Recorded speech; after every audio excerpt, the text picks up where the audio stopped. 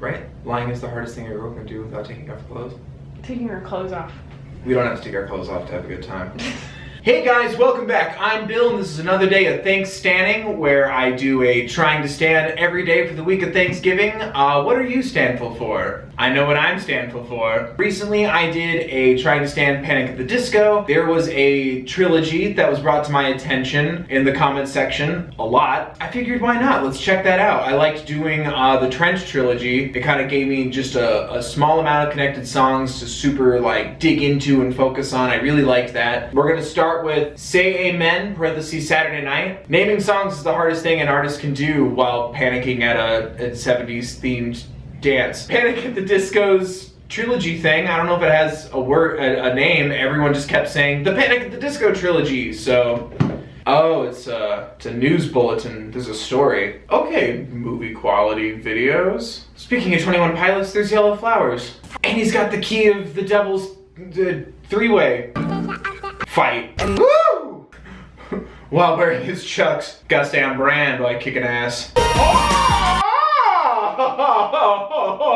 No, oh, girl, just take the key and go. Mr. Urie, get up. Holy crap, that was insane. The video was amazing, but so was the song, and I loved just the song by itself, like the, oh, it's Saturday night. Could easily be like a, ooh, put on your sexy clothes and go to the clubs or the bars and do the sexy thing you sexy do, while he's just beating the shit out of all of these burglars. I'm interested to see what the story is with the demon key of evil. Ooh, that bopped. That was cool as hell. The fight choreography was actually pretty good. And the effects were really solid. I loved that. Ooh. I kind of saw the twist of like, oh, now she's gonna betray him, but I didn't see her just like conking the dude out like that. And I loved the kicking him in the package so he could like hit the crazy Brendon Urie highs. I really liked the song. Like the video can just meld and mold the story into something so much more than just, hey, it's Saturday night, and I'm Brendon Urie, so I'm sexy as hell, and I'm gonna sing some sexy things, sexily. Like the charisma, and then the adrenaline rush of like getting into the action scenes and stuff. It played into this comedy of just how mundane everything was for him. I really liked that. I thought that was super cool. And ooh, he just plays with vocal range like it's Nerds Rope. That's a lot of nerds. Is that still a thing? Do people know what that is? I'm relevant. That slapped, and I love the feeling of the song too. Such an energy and a power to it. It oozed confidence. I really want to see what happens next now, so I'm gonna stop talking. And next we have This Is Gospel, which dropped 5 years before this. I hope we learn more about the key, and I hope Brendon Urie recovers from that kick to the balls. Well, I hope his recovery is speedy and solid. This is gospel for the fallen one. Ooh, those harmonies. God, jealous whoever gets to touch his face like that. If you love me, let me go. Oh! I know this song from the internet. Those chucks are getting wet. I hate that feeling. This is a lot less fun when it's not in a vine. Ah! Oh, wow. Oh my god. No, don't run towards the light, Brendon Urie. There's still one more song. Wow. Very familiar song. For those of you who don't know how terrible I am at social medias and pop culture, I discovered Vine about 9 months ago.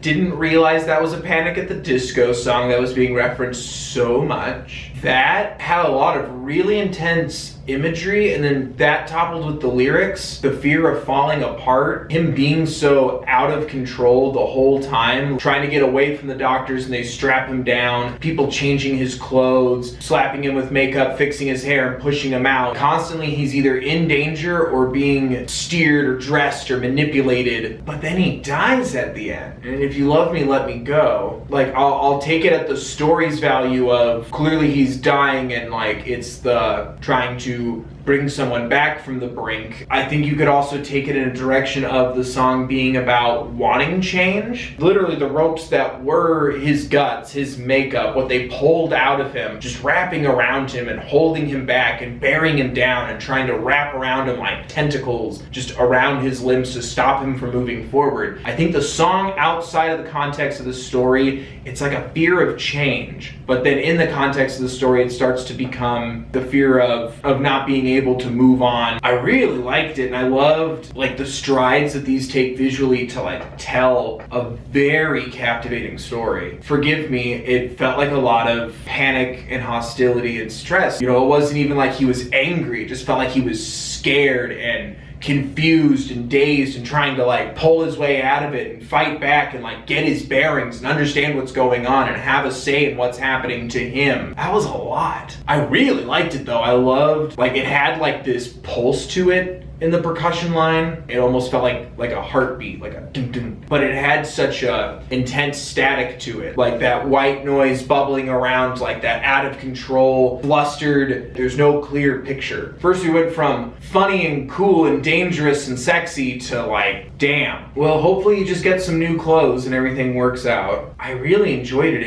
It gave me two different avenues to follow, but I feel like it's still connected around the same theme of just being afraid of missing out on change. Like that frantic trying to embrace and hold on to change, but something's holding you back. And if you think about what transpired in Saturday Night, it's like that was all so aggressive and so sudden. You know, maybe everything is kind of moving a little fast and he's trying to just get a footing, get an understanding of what's happening. But it felt like instead of wanting to be revived, he wanted to move on. It's interesting. Still have no idea what the devil's key is. Maybe the devil's key is the friends we made along the way. Let's see what his new clothes look like. Lizzie McGuire montage of trying on clothes. It's just Brendon Urie trying on a bunch of different black suits. Does he want red chucks? Black and white chucks? Who's to say? High tops only. And to close it out, we have The Emperor's New Clothes. It's a children's story written by Brendon Urie. Oh crap. Yeah, we're just picking right up. Oh, is he dead? He's in hell. Confirmed. That's my theory. He's in hell. Called it. My boy's in hell. Oh no. Ah. Oh. Woo! Also no. Team and Brendon Urie can get it. Boys and girls of ah. Ooh, that note though. Oh, his Lucifer looks lonely. Holy crap. Dude. I need the lyrics. If I hadn't seen in the comments before that Panic at the Disco broke up, I'm assuming around the time of these three songs that were like 3 years apart, I'm assuming the breakup happened around here, if nothing else. It felt like he was going solo. Like, okay, hear me out. I don't know anything, so I know I'm gonna get corrected, and that's fine. That's what we're here for. So a bunch of people break into his home. He fights them back with music, essentially, and he's betrayed. Like, he thinks he bested them, and then someone comes in and completely takes him off guard. People think that he's dead. He's done and out. It's over. It's time to bury the body, put him in a coffin, but he keeps fighting to go out or go on his terms. He's not letting the rope stop him. He breaks out of the coffin. He doesn't get drowned in the water. Off he goes into beyond the mysterious beyond. And now he's isolated, and he's going to take back the crown. Lyrics. There we go.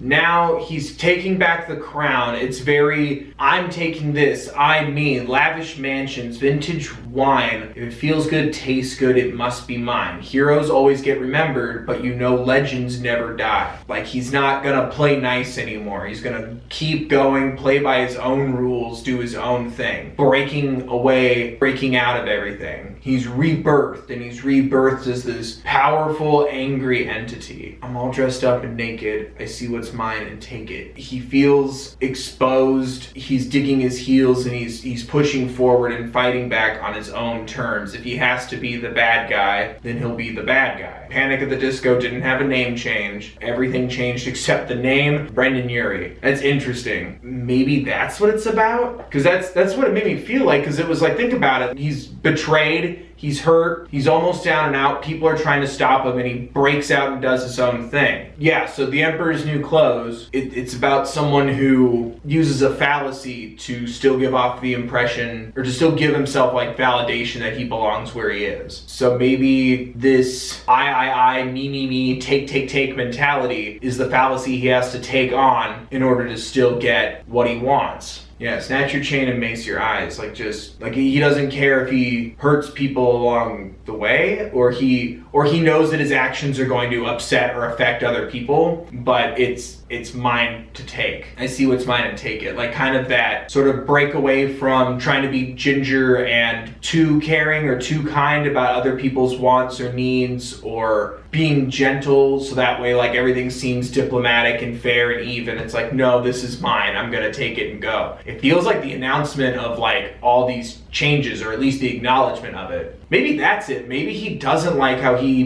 behaved, and so he's addressing it. Like, yeah, he wasn't an unattractive, scary demon monster, but he was still turning into a monster. So maybe it was about that desire to just crush and stamp on everybody and knock over whoever he's got to. Maybe it's addressing that desire or that feeling, that impulse or that instinct to fight back. I don't know the specifics, so I don't know if this is him addressing what he did, what he wishes he did, what he wants to do, what he's afraid of doing. But yeah, it feels like this is an answer to what he's been going through. Liars settle into sockets, flip the switch, and watch them run. Yeah, I see what's mine and take it. Finders, keepers, losers, weepers. Yeah, that immature sentiment that's repeated a lot, finders, keepers, losers, weepers. Either he's reflecting what he's seen in other people, or reflecting what he didn't like about how he handled it. But it's interesting to add something so childish to that. Finders, keepers, losers, weepers. After I see what's mine and take it. Getting down and dirty and playing with someone else's level. I really liked the song, and I loved the video. Like, those visuals were insane, and like I loved his Evil Dead kind of like first his hand and then his whole body. I loved his movement. The effects were stunning. That was nuts. I wasn't expecting these to have such a high quality to them. Like, not to say their other videos were like cheap by any means, whether that was an expensive practical effect or an expensive digital effect,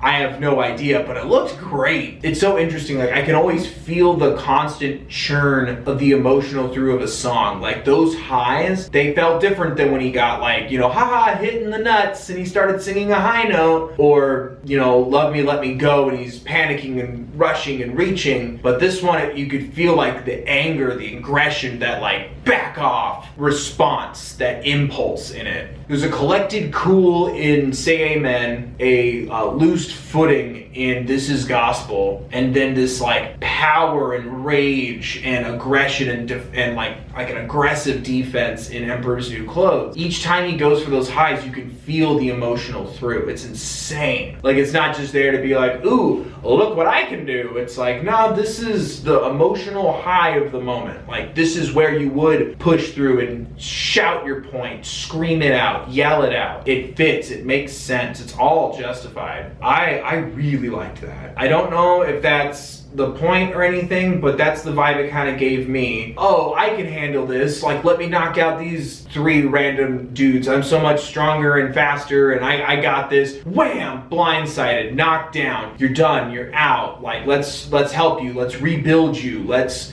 you know, revive you, let's resuscitate you. No, I'm doing this on my own. Go into the light. Demon, hell, power, rage. I'm taking what I want to take. Going my own path. I'm doing this, and I don't care how other people are going to come out the other side. That selfish take, as opposed to not wanting to be like rebranded or fixed, or let's put a band-aid on it. Like, no, I'm doing this my way. It felt like the through line of him splitting off. Correct me if I'm wrong, I don't know when they broke up, but everyone made it clear to me in the comments fast that that is not the rest of Panic at the Disco as I knew them in 2008 in high hopes at the top of that building. It's like, if you love me, let me go. Like, it almost feels like a compromise or a comfort, or like, hey, it's time to move on. That didn't work. He's still being like wrapped in ropes and drowned and already buried alive in a coffin. So it's like, all right, I'm a devil now. Like, I'm gonna use all my power. I'm gonna go for exactly what I want. Like, it's almost like part 2, he's trying to play it nice in the aftermath, and then part 3, it was like, all right, that didn't work for everybody. Then we're doing what works for me. The it button. So that was really interesting. I don't know if that's just the story. I don't know if it's autobiographical. I know I like to kind of combine those two a lot, but I really liked that. That was super cool, and I love listening to their music. Listening to their music is the easiest thing a boy can do while wearing a hat and a hoodie.